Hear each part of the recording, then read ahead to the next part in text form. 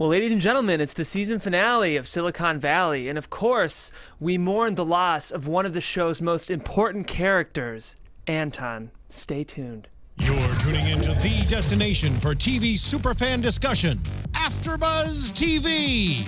And now, let the buzz begin. You really have to. Guys, that's the end of season 4. I feel like that went very fast. I don't know what you guys think. It's crazy to think that we're on season 4. I keep having to remind myself which season we're on. Feels like it's gone by so fast. I think the whole series has flown by, and this season in particular, I felt like it just started. Just the other day, we're sitting in here with Bighetti, you know? And now it's all over. Yeah, for some reason, this show especially still kind of has that like brand new feeling to me. Maybe it's because not that much has happened on the show. maybe so. Maybe because it's still so similar to the pilot episode. Yeah, the plot we gotta think too. I mean, they do only have 40 episodes. You know, right. A lot of shows would have more at this point. Yeah, that's less than 2 seasons of a network show, so that's a good point. Well, before we talk about the show, guys, let me introduce myself. My name is Jeff Graham. If you guys want to find me online, you can do so at Jeffrey C. Graham. I would say that we're here every Monday at 4 p.m. Not anymore. Not anymore. But I have an amazing panel of co-hosts with me, and I'd love for you guys to introduce yourselves. What's going on, guys? It's Nate Miller. You can find me on social media at DogLikeNate. That's dog with 2 G's. I also just started hosting Ho Chi Minh City. Ho Chi Minh City. I just started hosting the Preacher After Show, which will be on Monday nights. Fancy. So you can find me there. I'm Christian Bladt at Christian DMZ on Twitter and Instagram. That's right. And I, among other things, host the Trump Report Tuesdays, 7 Pacific, right here. That deserves applause. For those who don't listen, the Trump Report's really cool. I consider myself politically super dumb, and Christian's show is accessible whether you're politically super smart or politically super dumb like me. So I'd highly recommend his show. It's Tuesdays at 7 p.m. or on the podcast. That's true. Thank you. Before we talk about the episode, which I definitely have some thoughts about, I feel I'd be remiss not to talk about a lot of the news that's been dropping as of late. As we know, I kind of facetiously alluded to Anton's last appearance in this show, but much more significantly... I am going to miss Anton, by the way. I'm going to miss Anton. Yeah. But much more significantly, we're saying goodbye to Erlich Bachman. I know we've mentioned it a couple times on this show, but... It's a big deal, and that's why it's been brought up a couple times, because he really is one of the series regulars, if not arguable co-star with Richard. I guess I never even got your guys' opinions. Phil and I talked about Erlich's departure, so before we talk about some of TJ Miller's kind of choice words about the departure, I want to just hear your guys' overall reactions to Erlich leaving. What do you think, knowing that this is the last time we'll see him on the show? I think that he was a great part of the show. Some of the most memorable moments and, of course, memorable one-liners come from Bachman. Mm-hmm. But at the same time, you know, he makes the point that, you know, they had a much bigger shoes to fill after season 1. Yeah. And they managed to do that well, you know. So I think that they'll figure it out, because the show, it's not like he's the only funny thing on the show. It's just a presence that'll be missed. But they go 2-3 more seasons. You might watch an episode and forget about Bachman. And if you do, then they've done their job in sort of having the show evolve a little bit. But I'll definitely miss him, because, you know, you could always count on, you know, this episode could have used more of him, in all honesty. Yeah, I mean, I agree. I'm a big TJ fan. I like the stoner comedy stuff too, which I think we won't see as much of without them being there. But yeah, as far as the way that it played out, especially with this episode, it was interesting. I think would be the word that I would use. I do like that they did leave it somewhat open-ended, but obviously, as the interview stated, it doesn't seem very likely that anything like that's going to happen of him coming back. Right. And as far as him not being on the show, I definitely think that void is there. And if this was last season, I would have been much more concerned. But because of how they've been able to flesh out other characters this season, I'm a little more comfortable with it. But I do think it's, you know, he was a very big personality, even though his role in the show has gotten a little bit smaller. I think it will be a different show without him there, for sure. It certainly will. The interview that Nate just referred to, for those listening or watching, was a surprisingly candid interview that TJ gave in the Hollywood Reporter that dropped last night. He had some choice words that I was kind of surprised by. One that was pretty interesting was he noted kind of, again, very candidly, a pretty contentious relationship with showrunner Alec Berg. And even more surprisingly, he kind of had some quiet digs towards Thomas Middleditch. I don't know if you guys caught that, but he said he always wanted to be a star, I think is what TJ said about Thomas. Yeah, like Thomas was maybe on set trying to claim more starhood than maybe TJ felt was necessary. I was even surprised. It kind of seems like he's sort of trying to take the writing reins into his own hands. He's like, in my opinion, Erlich was becoming stale. He was becoming unnecessary on the show. And yeah, go ahead, Nate. Well, I think I read that more, not so much as him taking shots as just kind of clarifying with those words. I read that as Thomas is more concerned about being a star in terms of like the TV show and becoming, I'm Richard Hendricks. I was on it for this long. People in 10 years from now will know me as, you were that guy that played Richard Hendricks on Silicon Valley for X amount of years. Whereas TJ Miller is not. He's a comedian. Right. He wants to be there and express his comedy. And I think, especially with his character getting diminished time, that when they do use him, it's usually for a plot reason. It's not just to have him be on there to riff, which I think is what he more enjoys being on the show, being able to do. Being in the situations, playing the character, what do I think is funny? Boom. Some of that makes it to the final cut, then he gets the joy of creating that laughter. Right. Whereas if you were a comedian and you don't really identify yourself as an actor, and you feel more like you're just saying lines that they're giving to you and you're not really, feeding your art, then I can kind of see, his point of view of him saying that it's just not the same environment, and he doesn't see himself growing there anymore. Right. Yeah, it just, to me, was kind of interesting. I didn't mean to interrupt you if I did, Christian. No, well, I was going to say is, to his point, there are a lot of episodes this season where you could probably edit his scenes and his lines out, and the show flows just as well. So he's definitely become kind of an afterthought, but maybe that's because that's more what he wanted. Like, we don't know how available he was, how many days. He's probably available less than the other actors. Yeah, he mentioned the scheduling thing, and that was, from the moment they announced it, that was my thing, is that he's so much, we talked about this last time, he's so much of a bigger star than he was when the show started. Right. So now I can't imagine them trying to schedule around him, because the other guys are doing stuff too, but they're not doing the same amount of stuff. So trying to schedule around him being available, especially if they already had to do that this season, I'm sure, looking into the future, and especially with them like, all right, well, in order to schedule around him, we only had him in this many episodes, did this such and such. Can we just got by without him, or cut him down even less, which is, what they say they mentioned to him. I think for me, I totally understand that. It's actually super justified. I think actors and artists need to kind of follow their path and trust their instincts, and whether or not he owed the show another season is maybe not an important question to ask. The thing that I thought was kind of weird and kind of left a sour taste in my mouth just as a viewer was sort of leaving with so many words. I feel like saying, I feel like I'm losing the art of my stand-up and I need to be spending more time on that. Thank you to everyone involved in production. It's been a great experience. Kind of leave gracefully. I just felt like he started bringing his dad into it and saying like, yeah, like my dad was starting to tell me that he thought the show was kind of starting to suck. And just feel like a lot of I feel like there could have been a more tactful, kind of classy way to exit the show. Yeah, I mean, I definitely see that point of view. I don't know. Maybe I have rose-tinted glasses because I'm a big TJ fan. You love TJ, which is great. I've been a big fan of his for years. He's insanely talented. Yeah, he's always been one of my favorite comedians, one of my favorite featured guest actors to be on a show, because you always get his flair of comedy into whatever he's doing. But I like the story with his dad, and I saw it as not so much as his dad saying the show sucks, but that the show has kind of staled or stagnated, which I wouldn't disagree with. I do think this is I know this is probably different from you guys, but I think this is one of the better seasons.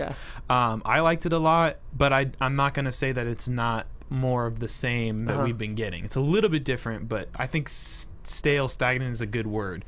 So coming from a dad's advice, and especially again this point of that he wants to be a comedian and he's not getting to be that. It's not like SNL where he's writing as well. He's just playing a part. It's true. Every now and then he gets to riff, and some of that will make it in, but as we've heard, there's this season's been very plot heavy, so all of that improv stuff has been kind of left on the cutting room floor. True. I think the way that he's having so much to say, as Jeff pointed out, is probably just to reinforce the idea that I'm not coming back. Yes, you know? that was and I don't think he's pretty burning clear. all the bridges, but I think he's just like, no, seriously, this is it. And, you know, look, despite what he says in the interview that we're talking about from, what was it, from Hollywood Reporter, it's possible for him to come back in the series finale. Maybe Alec Berg will leave the show and if Mike Judge decide he wants to come if back. Mike Judge comes to him with an idea that he thinks is funny, you know what I mean. I don't see why he wouldn't. So it's good that they didn't kill it, right? You know, so at least we have the opportunity. And it's kind of funny to think about him spending 5 years in an opium den. It's a little disappointing though that just the way that scene played out. I was expecting some kind of send off or something, and like his last words are "big head." And do you think that might be a bit of a fuck you from Alec Berg? Like maybe. I think that if you have a contentious relationship with the showrunner, it's not good for your character. Well, and now I'm thinking back to the papaya thing. The pup. Whatever, I'm not going to butcher it. The palapa. Thank you. Yeah, and I've said a few of those burning on fire. down, and like in the context of the episode, to me it did not make any sense. Yeah. But in the meta context of the show, it's like he's got this beautiful thing that he's everything he's wanted, and he's just burning it down, and he's just sitting there, filled with regret. Right, and I'm like, interesting visuals there. Yeah. That's probably a little bit of a reach, but well, you never know. Yeah, I think the last thought on that is just that, you know, when they filmed it, they didn't know that he wasn't going to come back. Yeah. They thought maybe it was possible, but they figured, well, of course he'll be back at some point. So they're just like, oh yeah, we'll just kind of leave it on this joke. Right. And maybe. Or maybe they knew. Or maybe they've been talking about it for a long time. Yeah. And maybe there's 4 other minutes that the showrunner was like, well, we're not putting that in. Right. You know, screw him. Let's you're serve right. the other characters. You're right. There could have been Well, and there's a whole... kind of the truth of like, if it's a scene involving one actor, there's maybe a chance you could shoot something now. I mean, like, if it was a scene with the whole ensemble, I'm sure production schedules would be hard to coordinate, but I think they probably could have stretched to give us a better send-off with Erlich. I don't know. I don't think it was... I don't think both parties were... I kind of have a feeling. Well, here's the thing. Let us know in the comments, guys. I'd love to hear your thoughts on this. Tweet at us. Let us know what you think, because it's an interesting discussion to be had. A lot of this is projection, and a lot of us don't know the behind-the-scenes details, but it is interesting, and it's picking up a lot of press, so I thought we'd be remiss not to talk about it, and I'm going to miss Erlich Bachman a lot. I'll leave it at that. TJ gave a wonderful Critics' Choice-nominated performance. I think Critics' Choice winning performance is Erlich Bachman, so we'll miss you, TJ. Thanks for a great 4 seasons, and I hope you come back for at least one more cameo. And I know I said final thought on this, but what I was remembering as you were saying that, he called Jimmy Yang, who plays Jin Yang, and he called and basically said, hey, I'm leaving, because they had developed such a great 1-2 punch that I think that's what I'll miss the most about him, is because it had gotten so good this year. That was the best thing about his character in season 4. Kind of Guilfoyle Dinesh level, I would go as far as to say. Yeah. Well, again, let us know in the comments. Tweet at us. Let us know what you think, guys. Of course, this is the after show, so we're here not only to talk about news, but to talk about both this episode and this entire season of Silicon Valley. Christian, you have some thoughts about this episode, so spill the tea. Yeah, I thought that it was very mediocre and very disappointing to think, oh, we might not see them again for a year or longer, because, you know, the whole point with TJ was that they changed their schedule. So we don't know when it's going to come back. It might be more than a year. And for this to be the way that I have to remember everybody, there's some great moments. There's always great moments. But this might very well be my least favorite episode in the whole series, because it moved around some pieces on the game board, but we're just kind of right back to where we were, and not that much happened. There's some great moments, but I felt like I wasted my time with this half hour. Because I agree with you, Christian, I'm going to hop in and let Nate hop in after me, because I think he disagrees with both of us. But what, you mean you can't hear on iTunes how loudly he's shaking his head? Sorry, I'm shaking my head violently. It's like Jared responding to the disappointment. So, okay, I agree with you, Christian. And honestly, I feel like your sentiment about this episode on a microcosmic level kind of reflects my sentiment about this whole season. I've really liked this season. In retrospect, I actually think it's been a great season for character. I think we've seen a lot rounder versions of these characters we've grown to know, especially with Jared. Like, it's been a knockout season for Jared. But I'm getting a little impatient, and it's been a little samey for me. And the fact that, like, the final episode involves, like, we have to save the data of one of our clients is just kind of a low stakes moment for the company. And I know save the date of a guy we don't like. Right, we already don't like. And that criticism to me kind of low stakes. Well, we'll talk in a minute. It kind of reflects just my problem with the season as a whole of like there wasn't really a seasonal arc with these guys. It was just kind of little fires that we were putting out, and it was almost overplotted and also underplotted at the exact same time. You feel like on the big dry erase board in the writer's room, each episode said, Richard fucks it up. Because every week that's what happens. Right. And just increasing levels, this was the biggest one of all, for sure. All right, Nate. I'm raising my hand. Nathan? So I can speak. Man, I don't know who you people are. Where's my panel? I love this okay, maybe that's a strong word. I enjoyed this episode. I mean, not my favorite Silicon Valley episode by far. Yeah. But it was good. Wow, where do I start? Like, you guys said so many things. I mean, to cover like the season arc, it's Richard. Richard is the arc. That's why every episode is Richard fucks up, because Richard is finally learning to become a successful CEO. That's why in the end, he's like, I tried the good way, I tried the bad way, I tried this, nothing works. Oh well, I just gotta own it like a man. For the first time, he nuts up and shows up to accept responsibility. And the team goes there with him in solidarity in the end, which I thought was huge, seeing everyone together like that. And then to backtrack, the stakes, I don't know about you, when they opened the truck and Anton was gone, I was like, what? That was a big moment. I was shocked. And but then, I mean, yes, them losing the data, we really don't like Melcher, and no, it's not huge stakes, but still a lot of money, and the company is completely fucked. Right. And so there goes all the work for, his new plan for the new internet. And then with them losing Anton on top of it, that's like losing a family member. Okay? So all the things you said are interesting, but, maybe that works on the Preacher after show, but what I come to this show for is funny.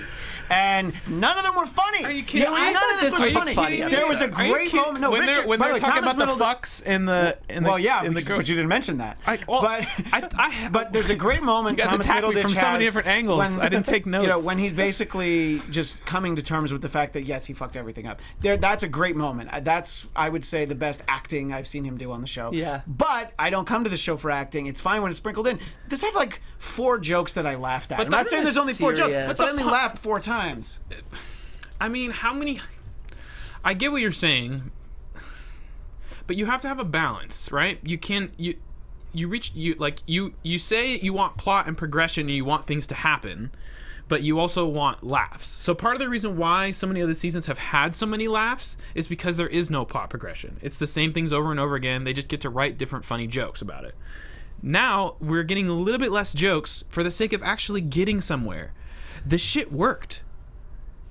The plan worked. They're about to get funded by Bream Hall. Right. We're about to see them as a major company going to war with Hooli. Yeah, and I really hope in season 5 we explore that. And not going to war with Hooli like, oh, we're the small fish, how do we navigate the pond with big Hooli trying to stomp on us, with them bashing heads as almost equals. They're a serverless internet, which could destroy Hooli. I mean, like, I'm so excited for that. I just feel like where we started and where we ended in season 4 might be the least dynamic season we've had so far, which it just feels like a weird choice in season 4. I do like what you said about this was Richard's season. That's the first point. Even reading coverage, I haven't really seen a critic express that in that way. I think it's a really good point, because especially the idea of a competent CEO is the motif of this season, because we saw Gavin fired, Jack replaced, we saw Dinesh as CEO. So I think, like, summarizing this season by a theme of what does it take to be a Silicon Valley CEO is kind of an apt way to make me feel better about this season, at least. It's even,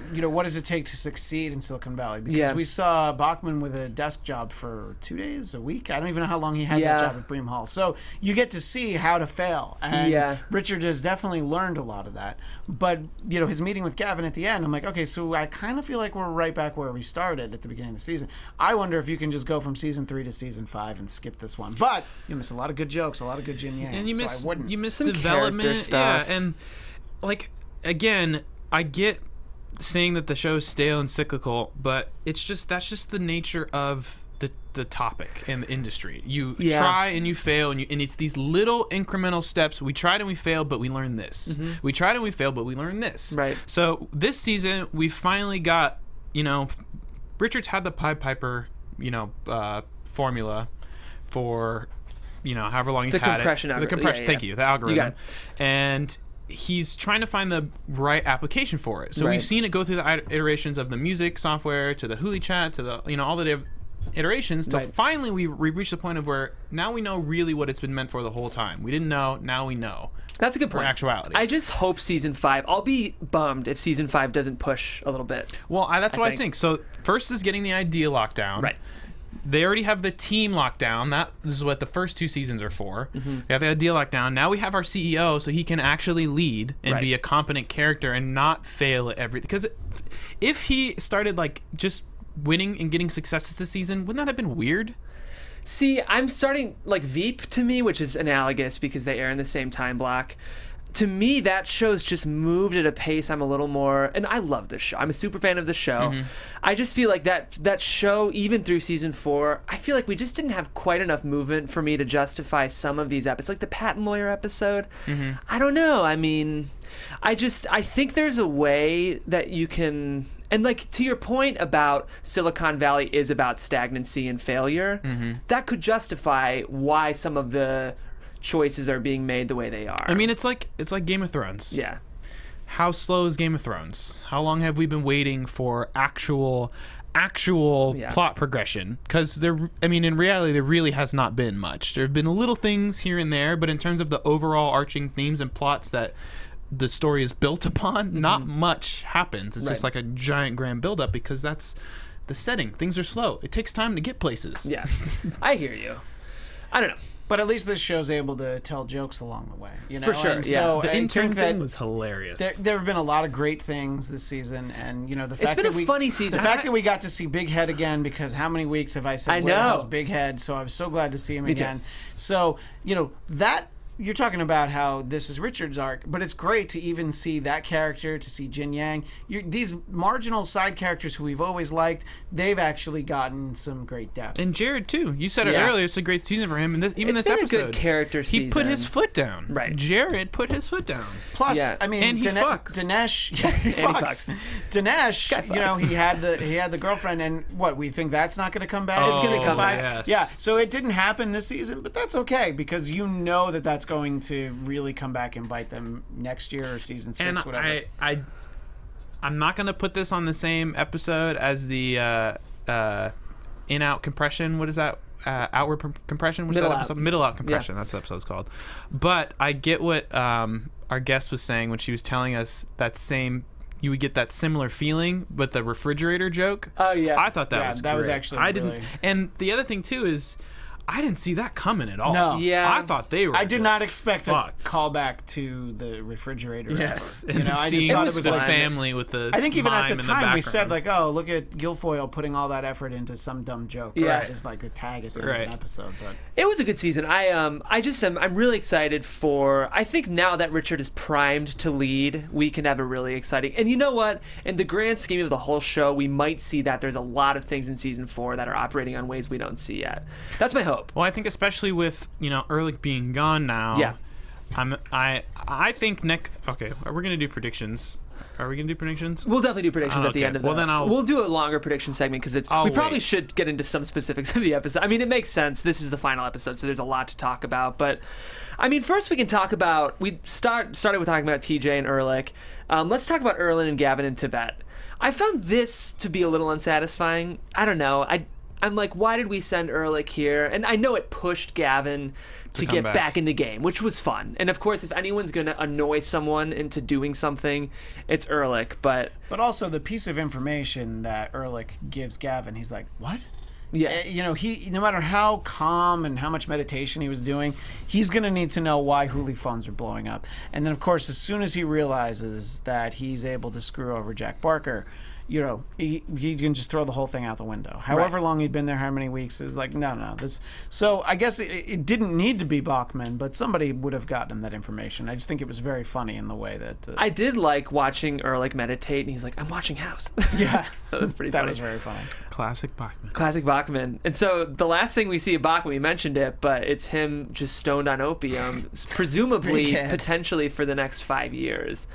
Yeah, so you felt like this was a bit unsatisfying. I guess we've already talked about this. Yeah. But, you know, it's very funny if we never see him again. And you think back, it'll just be one of those weird TV moments like, that's the last time you saw him. I guess it is a very Erlich way to go out. Yeah. Just stoned as hell. Yeah. I'm still holding on for I hope he comes back. episode or something. Well, of course, you mentioned Jack. The reason Gavin ends up leaving Tibet is to get re-involved in Hooli business.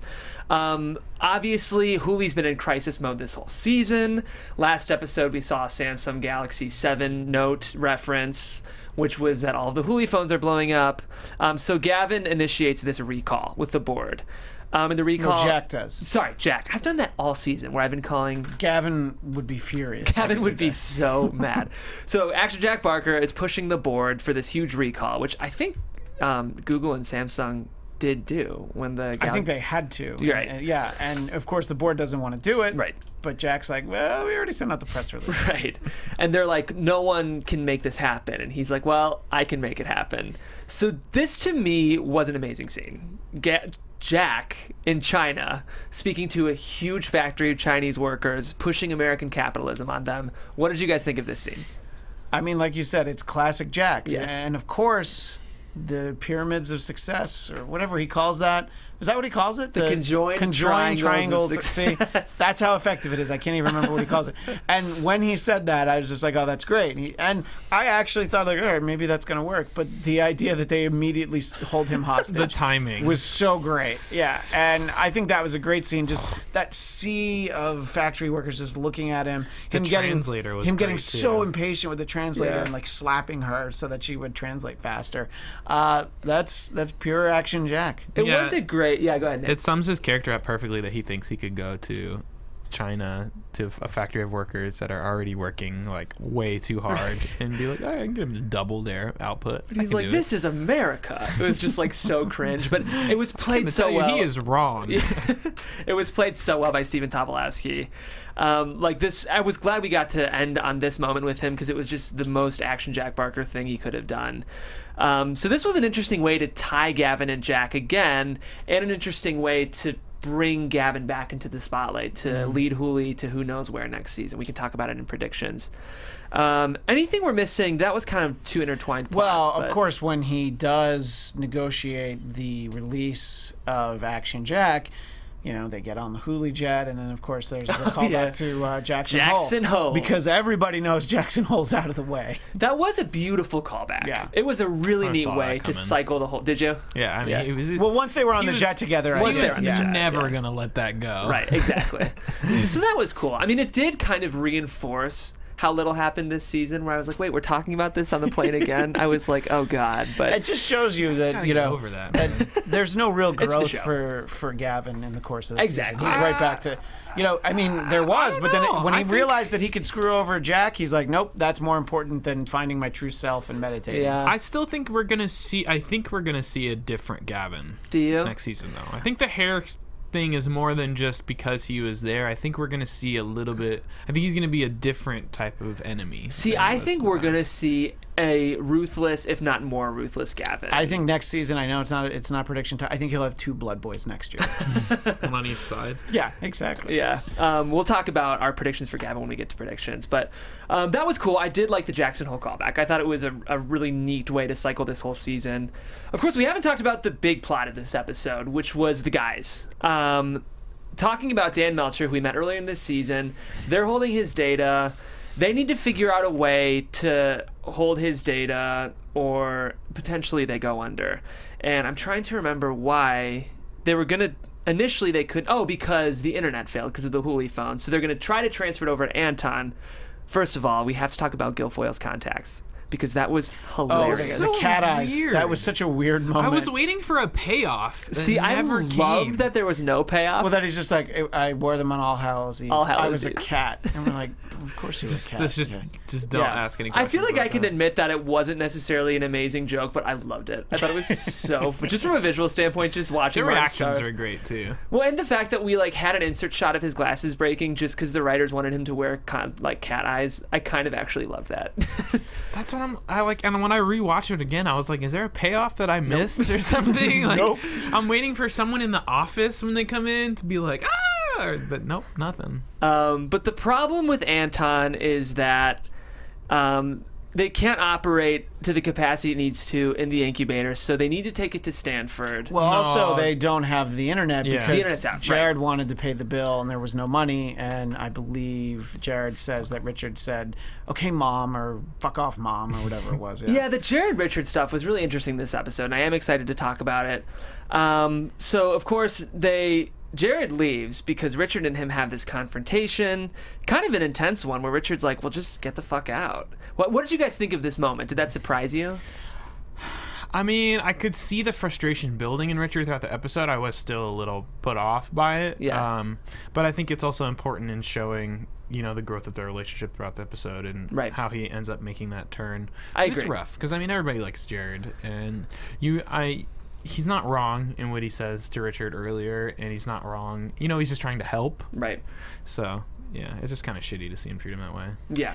Yeah, and I think that, it's true that there is that moment where it's too much for Jared, and the fact that Richard makes him stay for the 2 weeks and then fires him and says, you know what, you can just go now, just shows how badly he performs under pressure. So it is something that we'll have to see if he ever gets any better at, but I don't think this show is the show if he gets better at being pressured. Agreed. So the guys rush to Stanford. Before they get to Stanford, there was one hilarious joke involving an 8-year-old girl.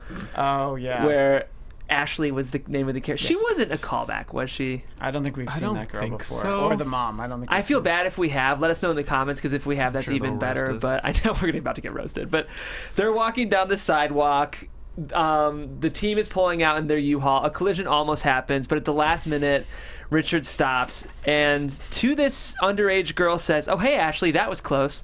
Well, hey, it won't be the last time you stop traffic, you little hottie.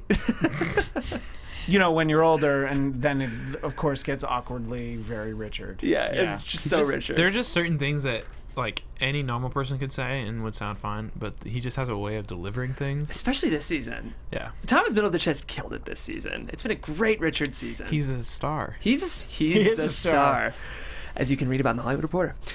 So we finally get to Stanford. All of Anton suffers in the process because they forgot to close the back door of the truck. And turns out Bighead didn't even have any idea that they were trying to make this happen. Right, and that's another instance of Richard just kind of discarding people so that he can get to what he thinks is the only way to operate something and screw over Bighead, who's literally the nicest, most easygoing guy ever. And he said, I'm going to get in a lot of trouble. And of course, Dinesh and Guilfoyle are furious that they just told them, like, oh yeah, no, Bighead will be fine with it. Yeah.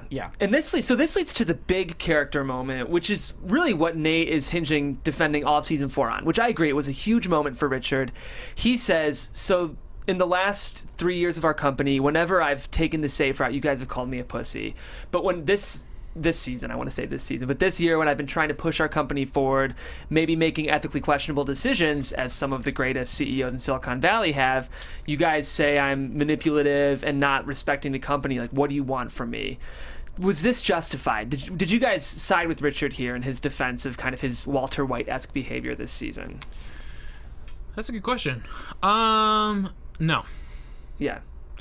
I mean, I definitely was on the side of the guys on the times that they did call him a pussy. But I do think it's important, especially in terms of like leadership, to have, a straight edge. Yeah. And if those ideas or things happen, you want it to be from someone else. You don't want it to be from your captain, your leader, or something. You want the Guilfoyle or the Dinesh to come up with something sinister, not the Richard, who's, the idea guy who's there to lead everybody in the right direction.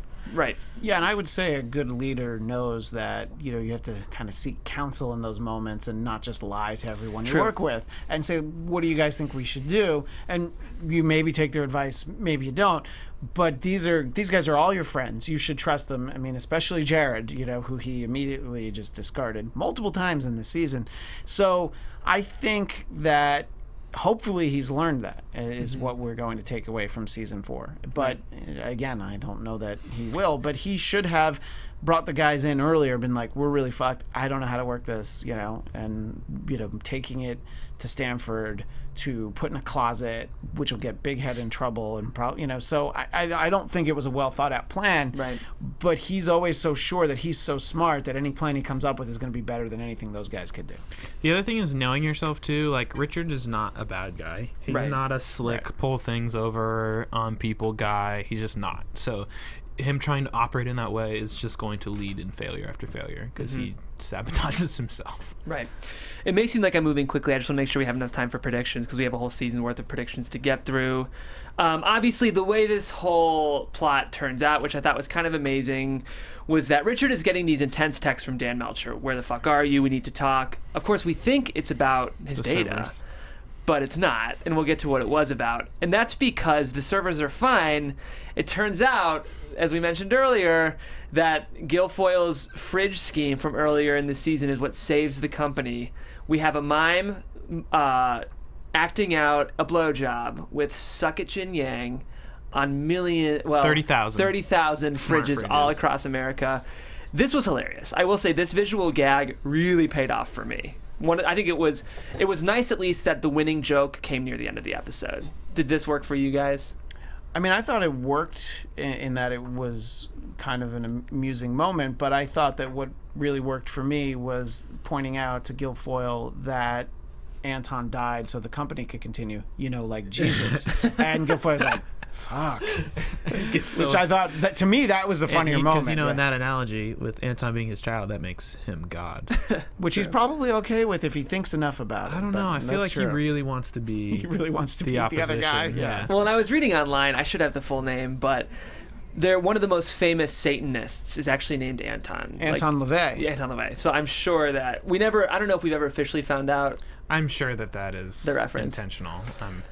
Yeah, I mean, I thought it was great. I actually thought that the bigger laugh was what comes from the reveal later. I just thought that was cool just for the surprise, because again, I had no idea how they were going to pull it out, and so then for them to pull shit together and then that be the case and then give that visual, it was very entertaining. Definitely. And the reason that Dan Melcher was upset was that his wife, they ended up... They're not married yet. Fiance, they were yeah, exactly. They were cake tasting. They're cake tasting. They bring the cake to you while I'm going to them. Yeah. She let him know about the sexual encounter from episode 3 or 4 earlier in the season, and Richard gets it. I thought I'm glad they called back to this, because there's kind of been tension brewing around all that all season. Well, now he fills the void too that is left behind. That's true. Next season, Richard can wives. sleep with other people's wives. You're absolutely right. Or fiancés. I thought it's important to note out Jared beating Belcher with a shoe when he's like tackling. After he's tackled him. He's like, no, stop it. Trying to pull him off. It was beautiful. I was watching an interview with Jared saying that maternal is the adjective he uses most when trying to get into the character of Jared, which I thought was really, really, really funny. So the last scene we see in the episode is Richard talking to Gavin, which is also kind of a beautiful full circle moment. I really like these Richard-Gavin moments because they're always kind of a tete-a-tete. What did you guys think of this conversation at that Mexican restaurant we always end up at? I mean, the beginning of the conversation is hilarious. Yeah. The black eye. I got it from a wife. I mean, no, the guy gave it to me because I gave sex to the woman. It's just perfectly awkward. But is that the same restaurant? I think it's always the same restaurant. It's been the same restaurant, right? Yeah. I mean, I don't know. I see the complaints of like, all right, cool, we're just back again where we were before. But I think the tables are pretty different, especially in terms of this season, where like they met earlier in the season. The tables have almost completely turned, whereas Richard has almost all of the power, right, in terms of their relationship, and doesn't need his help at all. So I don't know. It makes me excited for what's going to happen, and I think the way that Richard handles himself in the meeting is different than we see him throughout the rest of the season. I agree. Aside from the awkward sex conversation. Right. And speaking of sex, we actually, as you all know, these shows do come to us for free, and often when sex happens, clothes are taken off and underwear is revealed. Luckily, I have the best underwear in the entire world here sponsoring our show, and that's MeUndies. MeUndies, you know, is popular broadcast in a lot of podcasts, and there's a reason. It's because they're excellent. In fact, they're the softest, most comfortable underwear you'll ever wear. Once you try them, you won't want to wear anything else unless you're naked or in your swimsuit. For every other second in your life, there's MeUndies. So every pair of MeUndies is sustainably sourced cotton. So for those of you who are interested in, you know, the free trade, sustainable source materials. Very important. Very important. MeUndies falls under that category. They're not boring. They're exciting. You know, most underwear is white, gray, black, or tan. MeUndies has all kinds of colors, limited edition, all kinds of great stuff. This month, for example, is a rainbow confetti print called Celebrate. So if this sounds interesting to you, I can tell you I've actually worn MeUndies before. They are extraordinarily comfortable. You can try them today. If you go to MeUndies.com/buzz, you'll actually save 20% off your first pair. That's a good deal. It's a pretty good deal. That's MeUndies.com/buzz, and you'll save 20%. You'll have to feel for yourself as to why MeUndies has sold 5 million pairs to date. That is pretty impressive because they're a new company. 5 million pairs is huge. It's a lot of undies. That's like Hooli numbers. That's like Hooli numbers. And if you don't love your first pair of MeUndies, they're free. That's right, they're free. You'll love them, though. You're going to love them. That's how confident they are, in fact, that you're going to love their product. So, for 20% off your first pair, go to MeUndies.com/buzz right now. That's MeUndies.com/buzz. One more time. MeUndies.com/buzz. And with that, what do you say we get into some... Well, let me just say that Yes. I think that the last scene, I think it... Oh, sorry, it had, that's all right. Look, the sponsor, commerce always takes precedence. Commerce takes over anything precedent. I have to say. Just very quickly, I think that has me excited for what season 5 could be. I think to see a shift in their dynamic, I'm really looking forward to that. All right, now what you were going And to say. what a beautiful transition into our predictions. And now, your AfterBuzz TV predictions. So what do you think season 5 could be, Christian?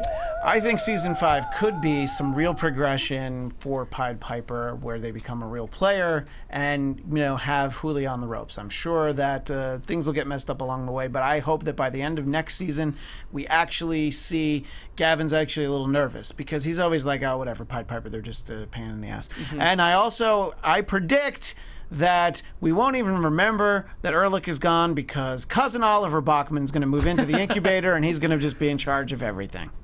Yeah, Oliver Bachman. All right, here we go. I think there's gonna be a lot of changes next season. I think we're gonna not see the incubator very much, if at all. I think we're gonna get a big company building. I think we're gonna get employees and new cast members and stuff to kind of fill out some spots. I'm definitely excited for the interaction. I think early we'll see Gavin's fear of Pied Piper developing, and that's going to create whatever will be the issue for the season, I'm sure. I don't know. I'm really excited. I'm really excited to see what happens, too, with the Bream Hall partnership and how that plays out. Yeah. I think we'll get to see more of both of them around as well, which will be exciting. Actually, Mike Judge mentioned that in an interview. He said, you know, one thing, we're going to miss TJ, but we will have more space for characters like Lori and Monica to kind of shine, which will be nice because this show does occasionally get criticized for kind of having a woman problem. I don't know, whatever you think on that. There will be more space for kind of some female voices to occupy the show. I agree with you guys. My hope is that season 5 does see some of these narrative pushes. I agree that a geographical change might be kind of nice for us just because maybe part of my frustration is just that we've seen that same room for the last 40 episodes. There's been progression. It's just hard to see. Yeah, it's for just sure. really hard to visualize it. Yeah, definitely. And yeah, I think it'll be easier to kind of justify season 4's maybe stagnance. I don't know if that's a word. Stagnation, maybe? That's the word. If season 5 gives us a lot of maybe kind of actual business developments in terms of what Pied Piper is doing. Visual change, yeah. I think I'd love to see also just a more concrete season arc in terms of plot. I think we got great character arcs this season. We did see a really interesting journey on Richard's behalf. I think we got a lot from Jared, but I'm kind of looking for more of a kind of stakes-driven single goal for the company. And I feel like we're primed for that. Well, remember, we also have Mia, too. We do have Mia. So yeah. I'm thinking that next season we'll get the buildup of the company. We get to see all the new employees, the new building, whatever, all the stuff they're working on. And then like halfway through the season, while they're already dealing with Gavin on one end, all of a sudden out of nowhere, they're going to start getting hacked or something. For me, it's going to blow everything up. Not yeah. literally until the end of the season, which maybe she will then literally do it. Yeah. And especially because if they do really blow up and Dinesh is now part of this huge company, like not only did he betray her, but now he's part of this big mega conglomerate. He's the problem now, absolutely. The bigger Pied Piper gets, the more delicious it will be for Mia to take them down. Well, obviously, guys, this was our last coverage for the season. We kind of moved quickly because there was a lot to talk about, but the conversation's not over. If you'd like to talk with us about things we missed, jokes we missed, please hop on our YouTube. Let us know in the comments. We've had some great comments this year. Also, you can talk to us on Twitter. If you guys want to find me on Twitter, my name's Jeff Graham. You can do so at Jeffrey C. Graham. Before I let our hosts go, I just want to say thank you so much for tuning in all season, guys. It's been a lot of fun. Overall, I did think it was a solid season of Silicon Valley. Maybe not my favorite, but I'm really excited for season 5. And you guys can also catch other after shows here on the network. As Nate mentioned, he's covering Preacher. If it's on TV, chances are we're covering it. So check us out. You can find us on iTunes or on YouTube. Rate, like, and subscribe. And thanks for a great season, guys. You too. What's up, guys? Again, it's Nate Miller. Thanks for watching this season with us. You can find me on social media at DogLikeNate. That's dog with 2 G's. And like Jeff said, I'll be here approaching the after. Wow, I can't do that word. Hosting the Preacher. I'm pushing my words together. He's poaching the Preacher after show. I'm poaching the Preacher after show. And you can find me online at ChristianDMZ and Blattcast.com, BLADTCAST. And I'll be here tomorrow night for the Trump Report. Well, guys, we'll see you for season 5 of Silicon Alley. Silicon Poach Valley. It's time for us to end this season, I think. But we'll see you next year, same time, same place. And in the meantime, keep tuning in to AfterBuzz TV. Bye, guys. From executive producers Maria Menounos, Kevin Undergaro, Phil Svitek, and the entire AfterBuzz TV staff, we would like to thank you for listening to the AfterBuzz TV network. To watch or listen to other after shows and post comments or questions, be sure to visit AfterBuzzTV.com. I'm Sir Richard Wentworth, and this has been a presentation of AfterBuzz TV. Buzz you later. The views expressed herein are those of the hosts only and do not necessarily reflect the views of AfterBuzz TV or its owners or principals.